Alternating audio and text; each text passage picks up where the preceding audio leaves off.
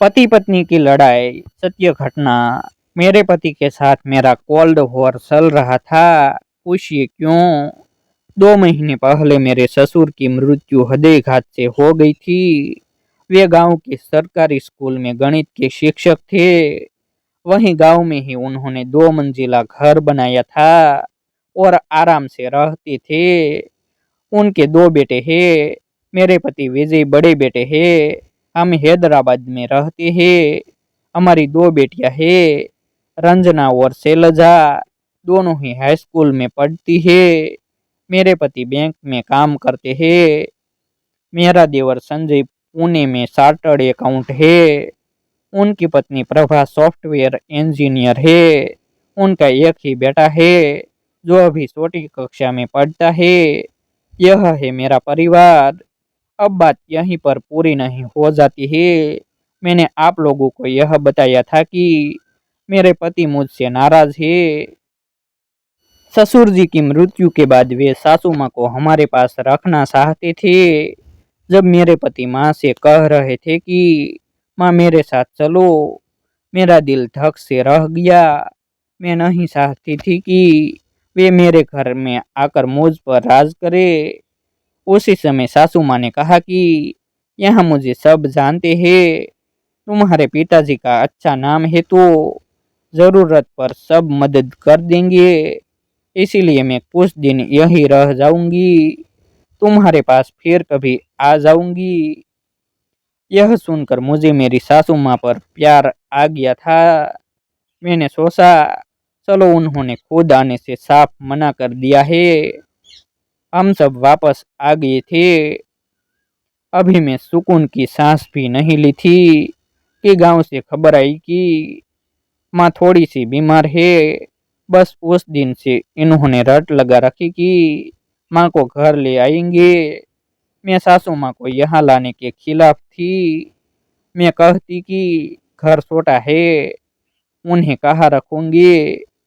यह सुनकर कहने लगे कि 4 कमरों का नया घर ले लेंगे, परंतु माँ यहाँ जरूर आएगी। उसी बात को लेकर हम दोनों के बीच अनबन हो गई और वे मुझसे रूठ गए हैं। मेरी सहेली का फोन आया तो बात करने लगी। उसी ने मुझे सलाह दिया था कि सास को अपने साथ मत रखो, बाद में तुम्हें भुगतना पड़ेगा। मेरे पति ने भी ऐसे ही सास को लाने की जिद की थी तो मैंने हंगामा कर दिया। तब जाकर पति ने मेरी बात मानी थी। उसकी बातों को सुनकर मैं और भी उदास हो गई थी।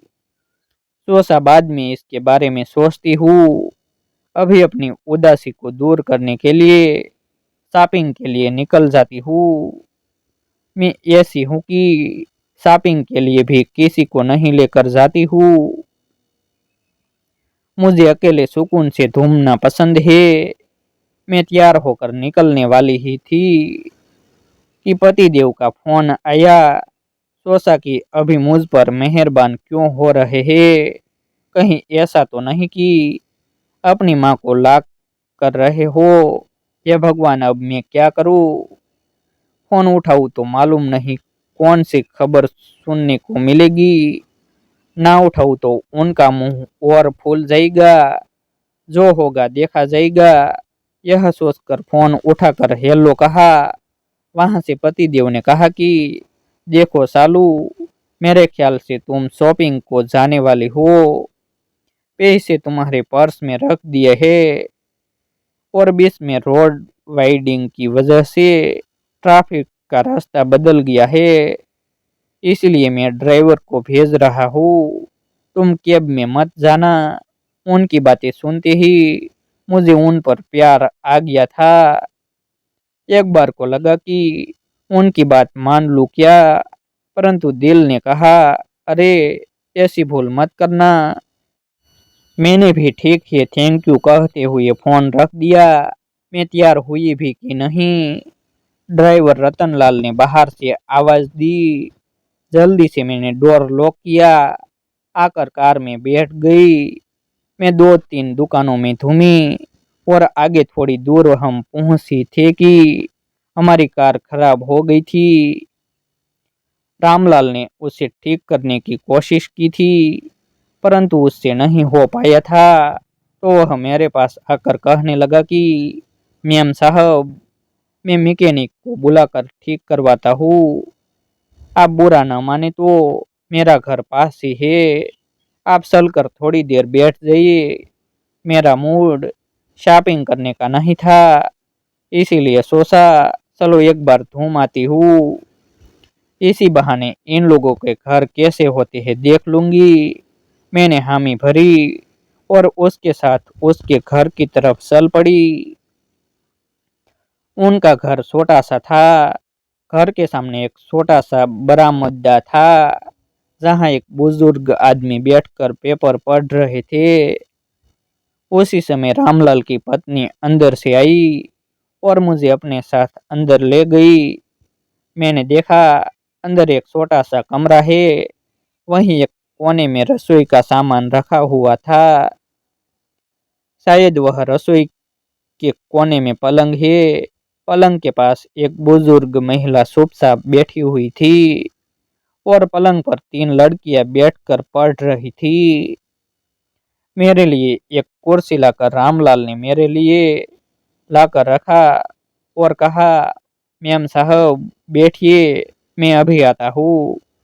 रामलाल की पत्नी सुशीला मेरे पास आई और कहा कि दीदी चाय बनाकर लाती हूँ।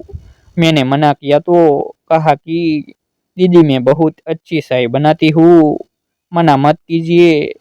मैंने कहा ठीक है बना लो। वह चाय बनाने गई तो मैंने लड़कियों से बात करना शुरू किया और उनसे पूछने लगी कि बेटे आप लोग इतने छोटे से कमरे में सोते कैसे हैं। उनसे पूछने के बाद मुझे लगा कि बच्चों से ऐसे प्रश्न नहीं पूछना चाहिए था। बड़ी बेटी ने कहा कि आंटी दादा दादी बाहर बरामदे में सो जाते हैं और हम तीनों पलंग पर, माँ पापा जमीन पर सो जाते हैं। अगर बारिश हो जाती है तो दादा दादी पलंग पर और हम सब जमीन पर सो जाते हैं। इतने में ही सुशीला चाय लेकर आ गई। मैंने जैसे ही चाय का एक घूंट पिया और सुशीला से कहा, चाय सचमुच ही बहुत ही अच्छी बनी है। हम एक दूसरे से बातें करने लगे। ये तब उसने बताया था कि रामलाल के दो भाई और हैं, लेकिन वे दूसरे शहरों में रहते हैं और वे इन्हें अपने पास नहीं रखना चाहते हैं।